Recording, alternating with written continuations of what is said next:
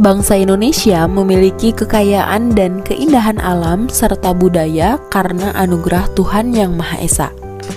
Bahan baku kerajinan banyak sekali tersedia di bumi Indonesia. Kekayaan alam dan budaya Indonesia merupakan modal munculnya keberagaman, motif, bentuk, bahan, serta teknik pada karya kerajinan Indonesia. Budaya Indonesia yang unik dan memiliki ciri khas kedaerahan menjadi acuan yang dapat menjadi inspirasi dalam mengolah sumber daya tersebut sebagai produk kerajinan yang bernilai ekonomis. Berdasarkan perkembangannya, kerajinan sangat dipengaruhi oleh budaya luar, sehingga dihasilkan bentuk dan corak produk yang beraneka ragam untuk memenuhi kebutuhan masyarakat yang juga beraneka ragam. Banyak kerajinan Indonesia yang telah dikenal di mancanegara. Contohnya batik. Batik merupakan salah satu kekayaan bangsa Indonesia yang tersebar ke seluruh pelosok negeri. Batik menjadi kebanggaan Indonesia di dunia internasional sebagai warisan budaya nenek moyang yang patut dilestarikan, dipelajari, dan terus dikembangkan oleh setiap generasi Indonesia.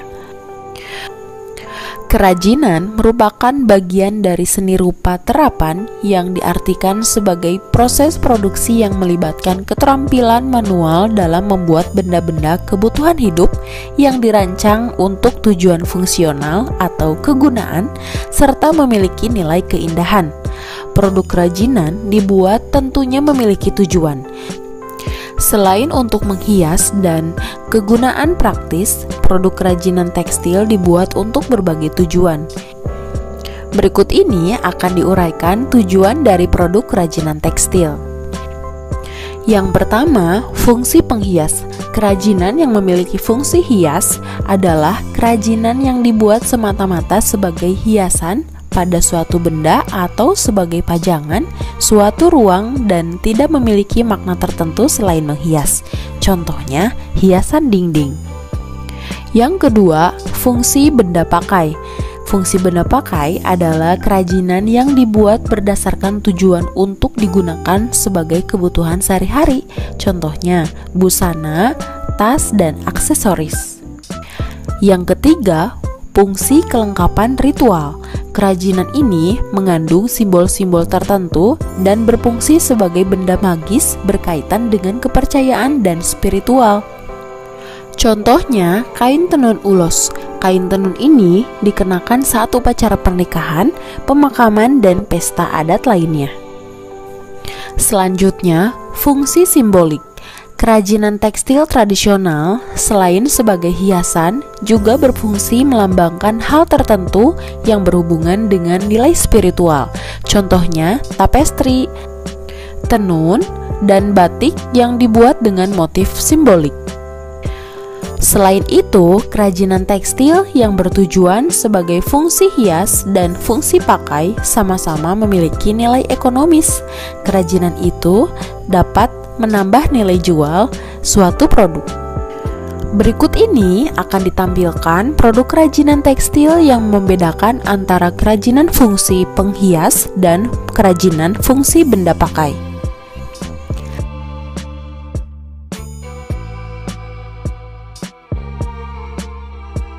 Adapun prinsip kerajinan fungsi hias dan fungsi pakai adalah sebagai berikut. Yang pertama, keunikan bahan kerajinan.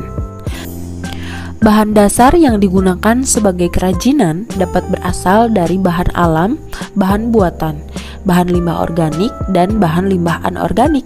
Semua bahan dapat diperoleh dari alam maupun diolah sendiri, bahkan hingga memanfaatkan bahan limbah yang ada di lingkungan sekitar. Seorang pengrajin hanya memerlukan kreativitas dan ketekunan untuk dapat menciptakan sebuah produk kerajinan yang dapat dinikmati banyak orang yang bernilai jual. Yang kedua adalah keterampilan tangan. Kesadaran material atau material consciousness adalah kesadaran bekerja melalui dan dengan peralatan yang ada pada kita. Dengan kata lain, kesadaran seorang pengrajin untuk menghasilkan sesuatu yang berkualitas disertai kepekaan terhadap apa yang terpaut dengan perkakas itu. Artinya, kepekaan terhadap tenaga manusia, bahan, alat, lingkungan alam, lingkungan sosial, dan sebagainya. Yang ketiga, unsur estetik. Nilai estetik dalam karya kerajinan, fungsi hias, dan fungsi pakai dilihat dari aspek bentuk, warna, ragam hias, dan komposisi.